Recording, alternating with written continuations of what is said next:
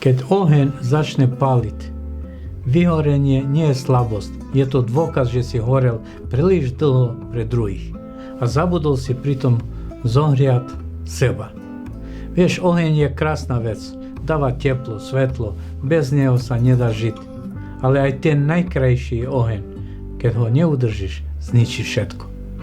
Možno si ten, čo stále dáva, ten, čo rieši, čo sa nikdy nesťažuje, čo má náplas pre každého, ale pod ňou krvácajú vlastné rany. Možno si sa toľko snažil byť silný, až si prestal dýchať.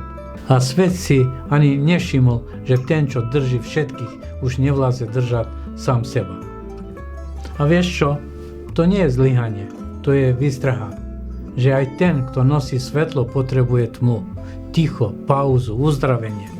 Preto sa neboj na chvíľu zhasnúť, zložiť tú masku v pohode, prestať byť ten, čo vždy zvláda. Nie si stroj, si človek, aj keď ostatní čakajú, že budeš fungovať ďalej. Ty nemusíš.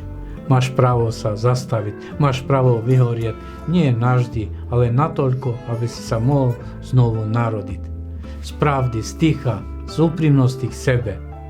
Nezlyhávaš, uzdravuješ sa a v tom je tvoja najväčšia sila.